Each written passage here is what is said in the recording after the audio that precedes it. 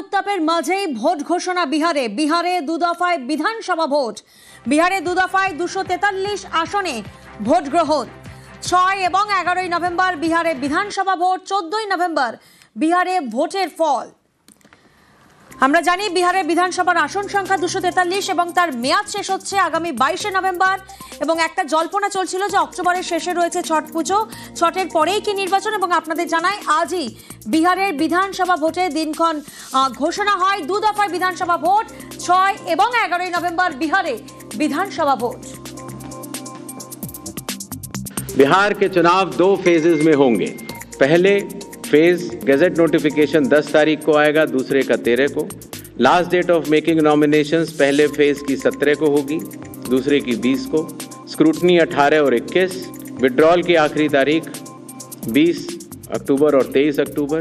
और date of poll 6 नवंबर Thursday और दूसरा 11 नवंबर ट्यूसडे। काउंटिंग 14 नवंबर को होगी और पूरी चुनावी प्रक्रिया 16 नवंबर तक समाप्त कर ली जाएगी। সব রাজ্যেই এসআইআর। বিহারে ভোট ঘোষণার দিনই জানিয়ে দিল কমিশন, রাজ্য ভিত্তিক এসআইআর ঘোষণা করা হবে, জানালেন মুখ্য নির্বাচন কমিশনার জ্ঞানেশ কুমার।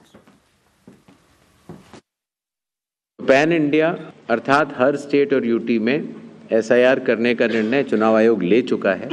उस पर कार्य भी जारी है, लेकिन उनकी तिथियां राज्यवार या यूटीवार चुनाव आयोग की संयुक्त बैठक में हम लोग निर्णय करेंगे और फिर आपको बताएंगे। तो चुनाव आयोग के द्वारा दिए गए निर्देशों, लोक प्रतिनिधित्व कानून के अंतर्गत और संविधान के अनुरूप ये सारी व्यवस्था कार्य करती है। পশ্চিমবঙ্গে এসআইআর হবে না, দাবি তৃণমূল সাংসদ সুদীপ বন্দ্যোপাধ্যায়ের। আমার নিজের ধারণা পশ্চিমবাংলায় এসআইআর হচ্ছে না। আমিও তো পার্লামেন্টে আছি দীর্ঘদিন। আমিও ভারতবর্ষের পার্লামেন্টের সব দলের নেতা নেত্রীদের সঙ্গেও, কেন্দ্রীয় মন্ত্রীদের সঙ্গেও, বিরোধী দলের সঙ্গেও চলতে ফিরতে দেখা সাক্ষাৎ কথাবার্তা সবই তো হয়। এখানকার নেতা নেত্রীরা যা খবর রাখেন তার থেকে অ্যাকচুয়াল বেশি হলেও খবর বেশি রাখে। আমার ধারণা পশ্চিমবাংলায় এসআইআর হবে না।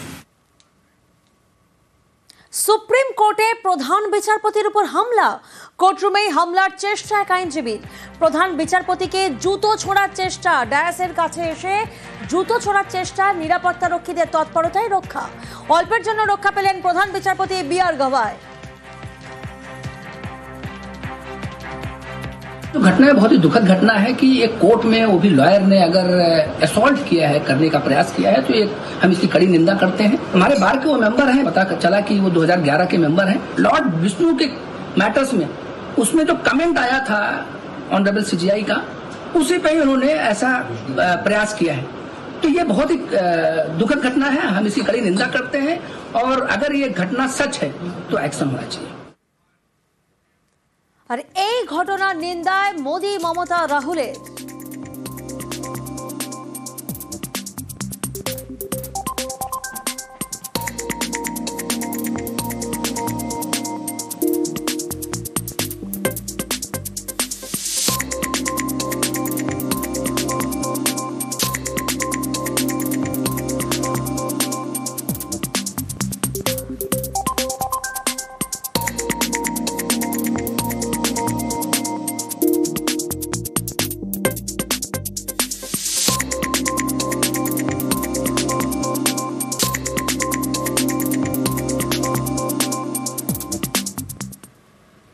জাল নথি দিয়ে ভারতের প্রমাণপত্র বানিয়ে 5 বছর ধরে এদেশে বসবাসের অভিযোগ।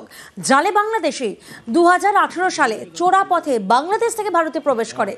দাবি তদন্তকারীদের, বারুইপুরের চম্পাহাটি শোলগোয়ালিয়া এলাকায় বসবাস। স্থানীয় এক ব্যক্তিকে বাবার পরিচয় দিয়ে ভারতের আধার ভোটার কার্ড তৈরি করে অভিযুক্তের নাম মোহাম্মদ সুজন মোল্লা। ওই বাংলাদেশিকে সাহায্য করার অভিযোগে আলমগীর মোল্লা নামে আরও একজনকে গ্রেফতার।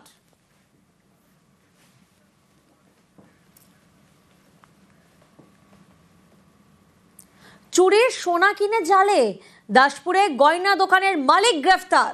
22 সেপ্টেম্বর তমলুকে সোনার দোকানে ডাকাতি হয়। চুরির সোনা কেনেন শ্রীকান্ত মাঝি। সোনার দোকানের ডাকাতিতে আগেই গ্রেফতার 4 জন। প্রতিনিধি সুকান্ত আমাদের সঙ্গে রয়েছেন, বিস্তারিত জানবো সুকান্তর থেকে। সুকান্ত, কিভাবে পুলিশের জালে এই দোকানের মালিক? দেখো প্রিয়াঙ্কা, পুলিশ সূত্রে যেটা জানা যাচ্ছে যে ধৃতদের কাছ থেকে তাদের জিজ্ঞাসাবাদ করে কিন্তু জানা গিয়েছে যে তারা সেই সোনা বিক্রি করেছে দাসপুরের কুকুরদহ এলাকার একটি সোনার দোকানে।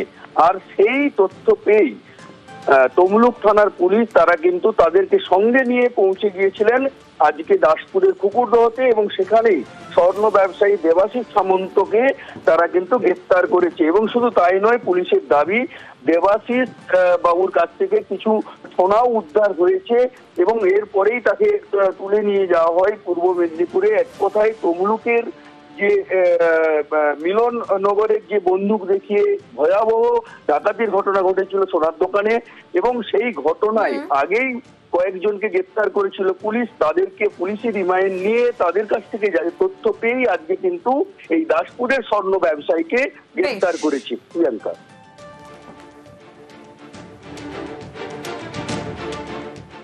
নজর রাখবো ডানকুনির দিকে। মহিলার রক্তাক্ত দেহ উদ্ধার ডানকুনিতে। ডানকুনি পুরসভার 18 নম্বর ওয়ার্ডের একটি বাড়ি থেকে বছর 45-এর এক মহিলার রক্তাক্ত দেহ উদ্ধার করে পুলিশ। রানা প্রতিনিধি আমাদের সঙ্গে রয়েছেন। রানা, পুলিশের প্রাথমিক তদন্তে ঠিক কি আপডেট আমরা পাচ্ছি?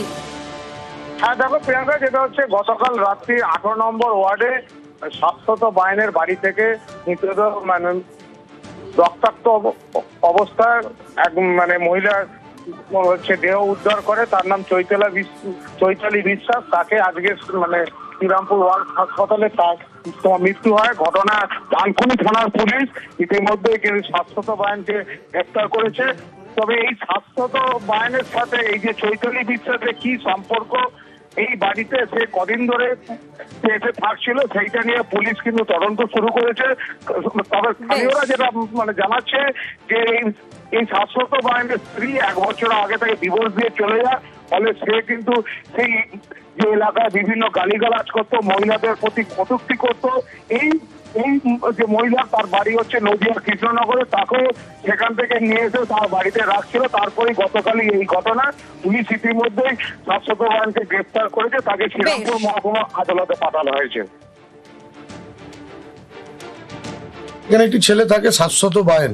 এই এলাকার মানুষকে বিভিন্নভাবে সবসময় ডিস্টার্ব করে, সকাল থেকে রাত্রি অব্দি ড্রিঙ্ক করে। শাশ্বত বায়েন নিচটায় পড়ে রয়েছে ওর বাড়ির নিচে, এবং ওপরে একজন রক্তাক্ত মহিলা মুখ থুপড়ে পড়ে রয়েছে। শাশ্বত বায়েনের কড়া শাস্তির দাবি করছে। আমি চাইছি ওর কঠোর থেকে কঠোরতম শাস্তি হোক। হাসপাতালে রোগীর পরিজনদের বেহুশ করে মোবাইল ও টাকা নিয়ে চম্পট। আর এই ঘটনায় 3 জন অসুস্থ কালনা মহকুমা হাসপাতালে ভর্তি। রোগীর পরিজনদের অভিযোগ, অপরিচিত এক ব্যক্তি তাদের সঙ্গে কথার ছলে ভাব জমায়, পরে চাও খাওয়ায়, আর চা খাওয়ার পরেই সকলে সংজ্ঞাহীন হয়ে যায়, এমনটাই অভিযোগ সামনে আসে। রাত্রেবেলায় আমাদের খাওয়া দাওয়ার পরে একজনা চা নিয়ে এসেছে, আর ওই চাটা খাওয়ার পরেই ওই 5 মিনিটের মধ্যে দেহ হাত একদম পুরো এমন হয়ে গেছে, সব অবশ হয়ে গেছে। আমরা 3 জনা হয়েছি বেশিরভাগ। তারপরে আমি পকেটে হাত লাগিয়ে দেখছি যে আমার মোবাইল নেই, এর মধ্যে মোবাইল নেই, আর যেই লোকটা চা খাইয়েছে সেই নেই। পুলিশকে জানানো হয়েছে। আপনার মোবাইল আর কি নিয়েছে? আমার মোবাইল নিয়েছে, আর মোবাইলের সঙ্গে 400-500 টাকা ছিল, ওইটাই গিয়েছে।